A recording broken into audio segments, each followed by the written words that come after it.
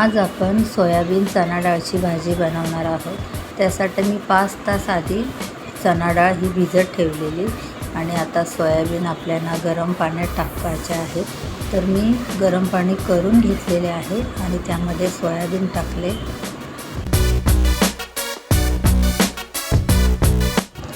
इथे आपल्याला वाटण करायचं आहे। तर वाटणासाठी मी इथे खोबरं, लसूण, आलं आणि मिरच्या घेतल्यात, कोथिंबीर एवढंच आपल्याला वाटण घ्यायचं आहे आणि हे वाटण छान बारीक करायचं।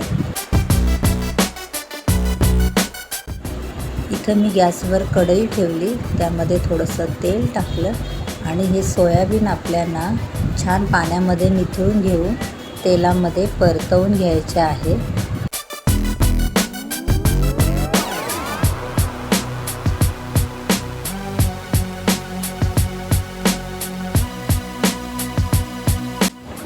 सोयाबीन इथे परतून घेतले, तर आता मी काढून घेते।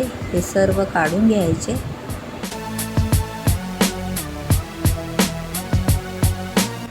त्याच कढईमध्ये मी तेल टाकलं, थोडेसे जिरे छान तडतडल्यानंतर 2 सुक्या मिरच्या मी टाकल्या आणि इथे मी तमालपत्र टाकलं, बारीक चिरून घेतलेला कांदा आणि कांदा छान लाल फ्राय करून घ्यायचा।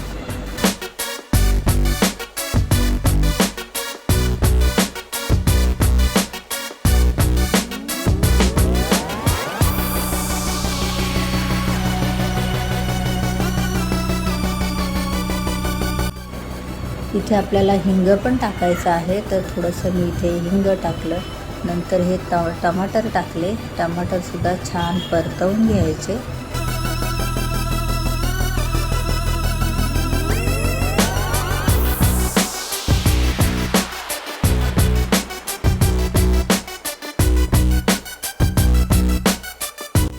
आता आपल्याला सुके मसाले टाकायचे आहे, तर इथे मी हळद आणि लाल तिखट टाकलेले आहे आणि परतवून घेतले तेलामध्ये।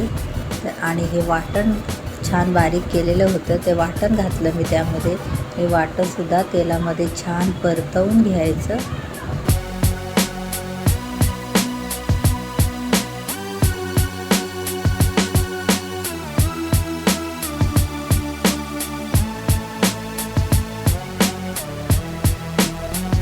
आता इथे आपल्याला ही चणा डाळ टाकायची आहे आणि चणा डाळ छान मिक्स करून घ्यायची।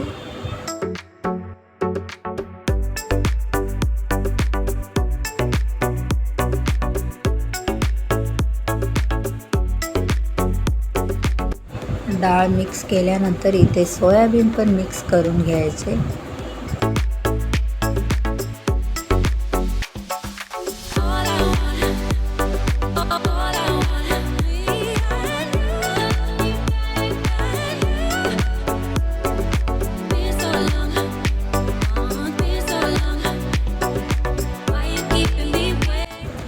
चवीपुरतं आपल्याला मीठ टाकायचे आहे।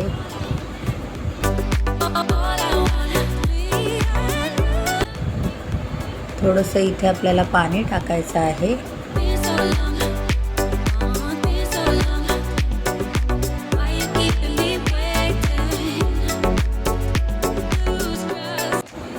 इथे मी गरम मसाला टाकलेला, तर मस्त असा हा गरम मसाला छान मिक्स करून घ्यायचा।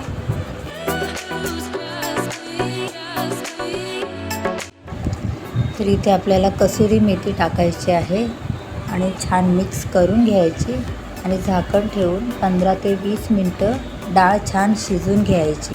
तर इथे बघा, भाजी आपली छान तयार झालेली आहे आणि अगदी चवीला छान लागते चणा डाळ आणि सोयाबीनची भाजी।